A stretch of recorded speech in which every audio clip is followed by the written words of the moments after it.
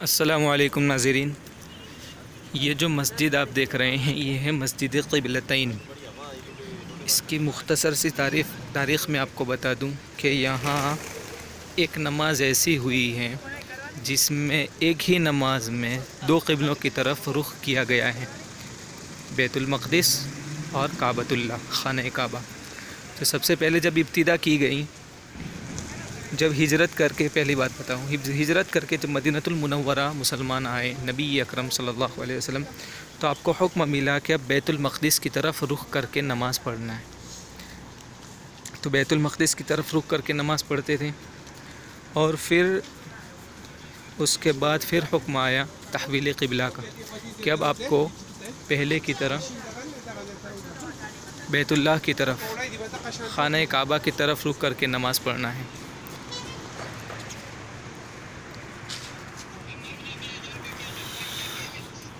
اب یہ حمام والے حصے میں آئے ہیں، تو خیر اسی طرح نماز پڑھ رہے تھے، اور پھر حکم ملا کہ اب خانہ کعبہ کی طرف رخ کر کے نماز پڑھنا ہے۔ تو مسلمان تو حکم کے تابع ہیں، سر تسلیم خم کرنے والے ہیں، کر لیا اس طریقے سے۔ لیکن یہاں جب نماز ہو رہی تھی تو بیت المقدس کی طرف رخ کر کے نماز پڑھی جا رہی تھی، اور اسی دوران اچانک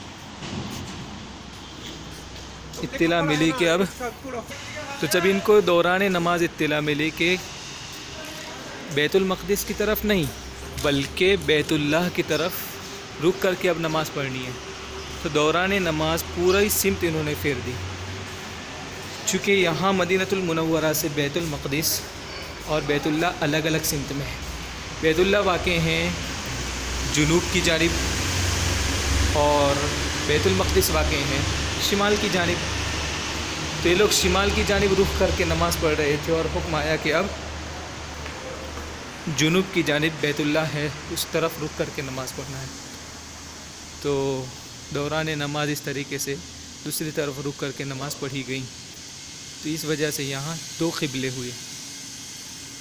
پہلے تو مستقل دوسری طرف کا محراب بھی بنا ہوا تھا، لیکن اب تعمیر نو میں اس کو ختم کر دیا گیا ہے۔ پہلے کس طرف رخ کر کے پڑھتے تھے یہ تعمیر نو میں نہیں پتہ چل سکتا، لیکن یہاں ہم سمت کے حساب سے اور جغرافیائی حساب سے پتہ لگا سکتے ہیں کہ یہ حصہ شمال والا ہے اور یہ حصہ جنوب والا ہے، جو کعبۃ اللہ کی طرف رخ ہوتا ہے، اور ادھر اگر رخ کر کے نماز پڑھے تو یہ بیت المقدس اس طرف ہے۔ تو یہ تھی مختصر سی تاریخ۔ آپ دیکھ سکتے ہیں کتنی عالیشان مسجد بنائی گئی ہیں۔